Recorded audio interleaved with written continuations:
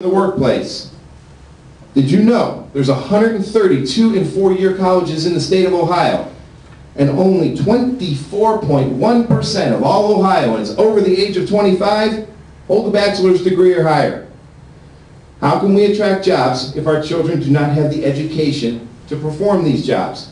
How can we inspire the entrepreneurial spirit if our children do not have the tools and knowledge to become entrepreneurs?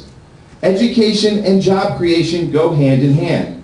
Without one, you definitely do not have the other. So it is my priority to fix our educational system so that we can attract new jobs and new companies to this House district.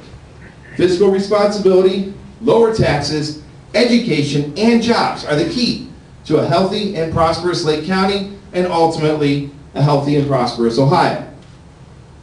However, I cannot do this alone. I can't do this by myself. That's why we kicked the king out 238 years ago. Because we can't do it by ourselves. One person cannot make the necessary changes so that we can live with a limited government. We're a limited government dedicated to making the beacon of light on top of a shining hill rise once again. This is why I need you. This is why Lake County needs you. And this is why Ohio needs you. We need you to continue to spread the word. Here you go. So that liberty is still alive. She may be wounded, but she's still breathing. We need you to educate others so we can tear down the social structure that deems we must listen to our government before we listen to ourselves. But if we're to do this, we must accept responsibility that comes with our liberty. We must be ready to take the helms of our lives.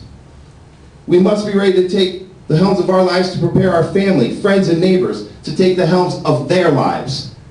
Susan B. Anthony said this in 1972. We, the whole people who formed this union, who formed it not to give the blessings of liberty, but to secure them, will finally begin to realize the dreams of our founding fathers. And those dreams is a limited government that is responsible with its finances, that only exists to secure the liberties of these people. This is why I'm running, so that liberty and prosperity can be passed down to the next generation, which is our children's generation. And by the way, I'll represent you. So, that's me, in a nutshell. I'll take questions. I love to do one-on-ones too, so feel free to ask questions here or I'll be around afterwards. That was quick. Hi. Hi. What do you know about Common Core since you want to help education? Common Core is a title to an educational system that I think needs fixed. Definitely.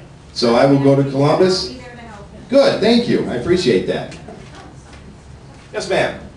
Do you know Ron Young or Matt Lynch? I know Ron Young and Matt Lynch both, yes. And what do you think of them?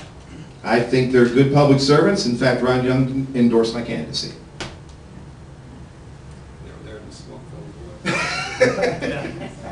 Yes, sir.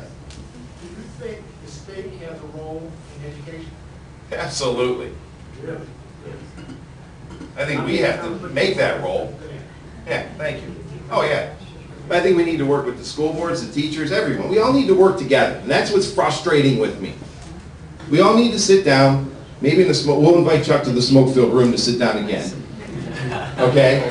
But we need to work together, come up with good ideas, and make some changes. Simple as that. It's not rocket science. What kind of changes do you want to make in education from a representative standpoint? I want my kids not to be bored. I want my kids to not just go to school to take a test. I want my kids to have learning. I want my kids to understand American history and where they came from. I want them to understand math. I want them to understand geometry. I want them to understand the sciences. In fact, at my son's school, I called the principal. This has nothing to do with politics. I'm taking my politic hat off, putting my parent hat on. They're not learning history, and I'm a social studies dork, okay? So I called a friend of mine who's a Garfield impersonator. And on January 31st at Edison School, he's coming. And he's bringing this huge display of all this old presidential memorabilia. There's a sprue from the USS Constitution, all kinds of neat stuff. And he's going to sit in the gym all day, and the kids are going to come in 20 minutes at a time. He's going to give a little presentation and let them like actually feel and touch history. You know, that's me. Welcome back, America, you know? Yes, sir. I know in the past you've mentioned transparency. What are your plans for transparency in the House? Here's my plan for transparency. You're sending me to Columbus in November, or in January 15, technically. And so I'm an open book to what I'm doing down there. Call me, email me. My website, my state website, and my personal website will have legislation that we're talking about in committee. It will have legislation that I'm voting on. And quite frankly, I'll be relying on you. Hey guys, here's what I'm doing. What do you guys think? Once elected, I will have a town hall meeting once a month, bare minimum. You know, it's not a part-time job for me. I mean, I left a full-time job to do this. So when elected, it will be a full-time job for me. And, I'll have a town hall meeting minimum once a month. You come, here's what's going on, here's what we're voting on, here's what's coming up. You can come blast me if you want. Why did you do this? Why did you do that? I'll tell you why. And we have a dialogue all the time.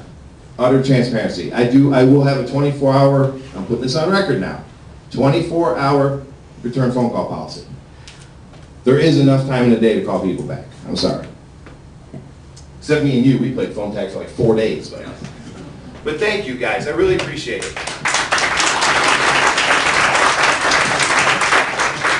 He did call me back, I just didn't, I wasn't there. See?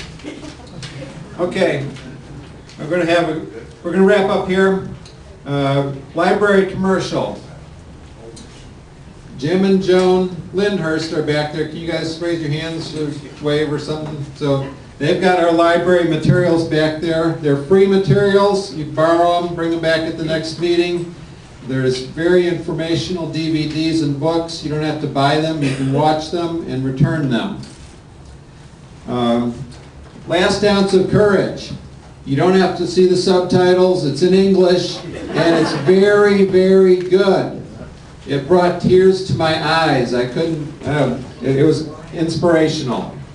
There's many more DVDs there. We've got lots of books there as well. I have one thing to say. We have a lot of churches that are represented here. If they would allow you, why don't you hang this in your church so that we can have more people from your churches come to our meeting and do their support. We'll get them to you if you're interested in doing that. Okay. If you are a current office holder or running for office, if you would please stand. Okay, so we'll start in the back. Tom Hawk, you are? My name is Tom Hack, and I'm on the Riverside School Board in Concord, Kansas Township, and Maple. Okay. Dick Shreve, I'm a North Prairie councilman, have been for 22 years, and I'm also running for county commissioner. I'm David Macko. I want to be the Libertarian candidate for Congress. I want to thank any of you who voted for me in 2012 or 2008, so you can say don't blame me. I will never vote to raise taxes or fees. I will never vote to take away your liberties. I will never vote for any bill I have not read.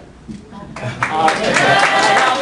have petitioned myself and for Charlie Earl, Libertarian candidate for governor. He will not raise the state budget by 11% like Kasich did. Again, you can only sign the petition if you are not registered in another party or if you're a libertarian. I don't see any libertarians here. What do they look like? They look like your neighbors, people who want to leave you alone and save our country and restore our Constitution. Okay. And if I'm elected, I will vote to impeach Barack Hussein Obama for murder, treason, war crimes, and treating the Constitution like a piece of toilet paper. He is a pro-life libertarian. Okay, next meeting is February 18th, same place. Joe. I'm a candidate also. I'm a candidate for precinct committeeman, Willowich 1C. And I have a recommendation for all of you to read an outstanding book by Wisconsin Governor Scott Walker. It's a story of his attempt to bring fiscal accountability to the state of Wisconsin, and he had a battle with vicious